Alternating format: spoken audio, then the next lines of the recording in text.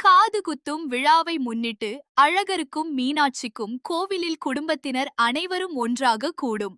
அந்த காட்சி ஆரம்பத்திலேயே ரசிகர்களின் கவனத்தை ஈர்க்கும் வகையில் அமையப் போகிறது.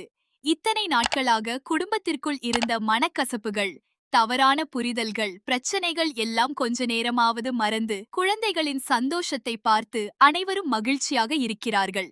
ஆனால் அந்த சந்தோஷம் அதிக நேரம் நீடிக்கப் போவதில்லை.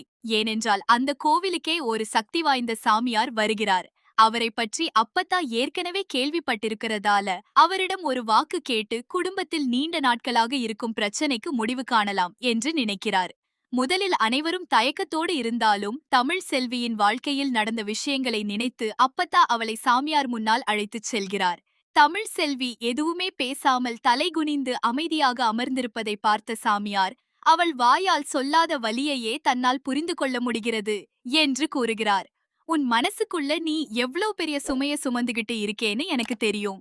நீ இழந்தது நண்பர்களே. உங்களுக்கும் தமிழ்ச்செல்வி மற்றும் சேதுபதியை பிடிக்கும் என்றா இப்போதே இந்த வீடியோவிற்கு ஒரு லைக் செய்து சேனலை கண்டிப்பா சப்ஸ்கிரைப் செய்யுங்க. சாதாரணமான விஷயம் இல்ல. உன்னோட வாழ்க்கையில இருந்து உனக்கு மிகவும் முக்கியமான ஒன்றை யாரோ பறிச்சிருக்காங்க. அதுக்காக நீ தினமும் உள்ளுக்குள்ள அழுதுகிட்டு இருக்கே என்று சாமியார் சொன்னவுடன் தமிழ் செல்வியின் கண்களில் கண்ணீர் வந்து நிற்கிறது. அவளால் அந்த நேரத்தில் ஒரு வார்த்தை கூட பேச முடியவில்லை. தன்னுடைய வேதனையை யாரிடமும் சொல்லாமல் இத்தனை நாள் மனதுக்குள் புதைத்து வைத்திருந்த நிலையில் சாமியார் அதை எப்படி தெரிந்து கொண்டார் என்ற அதிர்ச்சியில் அவள் அவரையே பார்த்து கொண்டிருக்கிறாள். அப்போது சாமியார், நீ கவலைப்படாதே, இனிமே உன் வாழ்க்கையில் மறைக்கப்பட்டிருந்த உண்மை ஒவ்வொன்றாக வெளியில் வரும். உன்னை குற்றவாளியாக்கி துரத்தினவர்கள் யார், உன்னோட வாழ்க்கையை சிதைத்தவர்கள் யார், உன்னிடமிருந்து உன் குழந்தைகளை பிரித்தவர்கள் யார் என்பதை நீயே தெரிஞ்சுக்கப் போற என்று சொல்ல அங்கு இருந்த அனைவரும் ஒருவரை ஒருவர் பார்த்து கொள்ள ஆரம்பிக்கிறார்கள். குறிப்பாக ஐஸ்வர்யா, ஈஸ்வரி, சித்ரா மூவரின் முகத்திலும் பதட்டம் தெளிவாக தெரிகிறது. ஏனென்றால் இத்தனை நாட்களாக தாங்கள் மறைத்து வைத்திருந்த விஷயங்கள் வெளியில் வந்துவிடுமோ என்ற பயம் அவர்களுக்குள் உருவாகிறது. அதன் பிறகு சாமியார் 2 வெற்றிலைகளை எடுத்து கொண்டு வரச் சொல்கிறார். அப்பத்தா உடனே வெற்றிலைகளை எடுத்து வந்து தமிழ் செல்வியின் கையில் கொடுக்கிறார். அதை சாமியாரிடரே கொடுத்ததும் அவர் சில மந்திரங்களை சொல்லி அந்த வெற்றிலையில் மை வைச்சு தமிழ் செல்வியை மனதை ஒருமுகப்படுத்தி பார்க்கச் சொல்றாரு.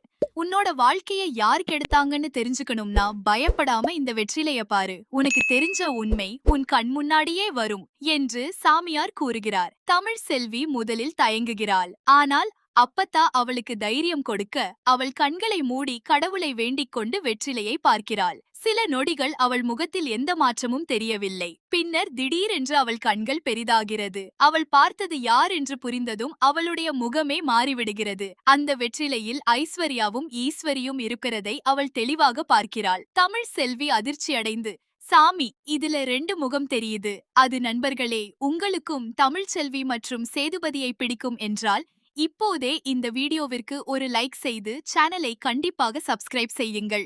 ஐஸ்வர்யாவும் ஈஸ்வரியும் இவங்க 2 பேரா என்று கேட்கிறாள். சாமியார் அமைதியாக, ஆமாம்மா, நீ இவ்வளவு நாள் அனுபவிச்ச வேதனைக்கு பின்னாடி இவங்க 2 பேருடைய செயலும் இருக்கு. ஆனா உண்மை முழுசா தெரிஞ்சுக்க நீயே அவங்கள்ட்ட கேட்கணும். அவங்க வாயால உண்மை வரணும். அப்போதான் உன் மேல எந்த தப்பும் இல்லைன்னு இந்த குடும்பத்துக்கும் புரியும் என்று சொல்கிறார். இந்த வார்த்தைகள் அங்கிருந்த அனைவரையும் அதிர்ச்சியில் ஆழ்த்துகின்றன.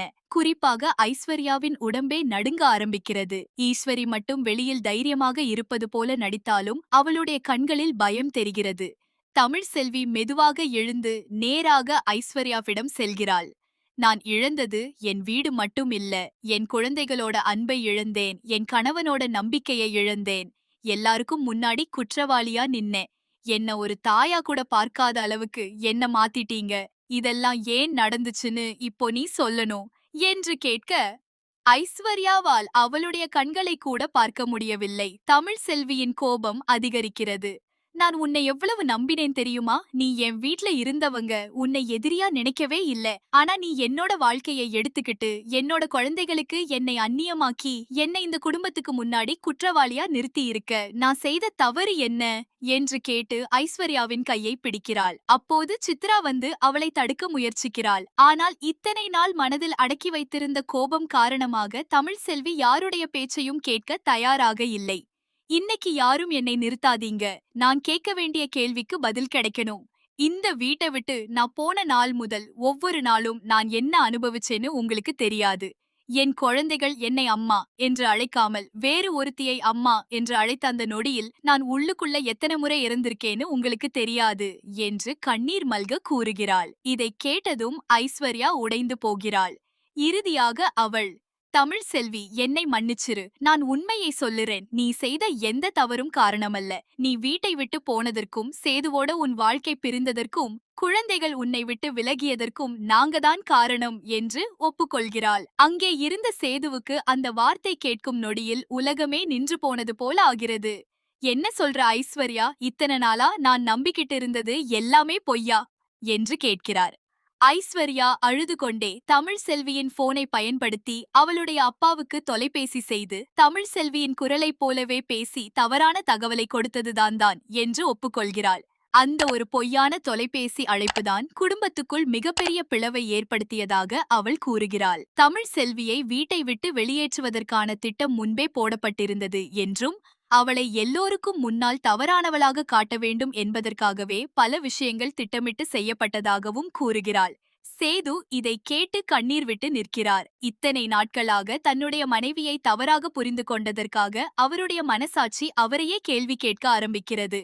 ஐஸ்வர்யா இன்னும் ஒரு உண்மையை வெளியில் சொல்கிறா.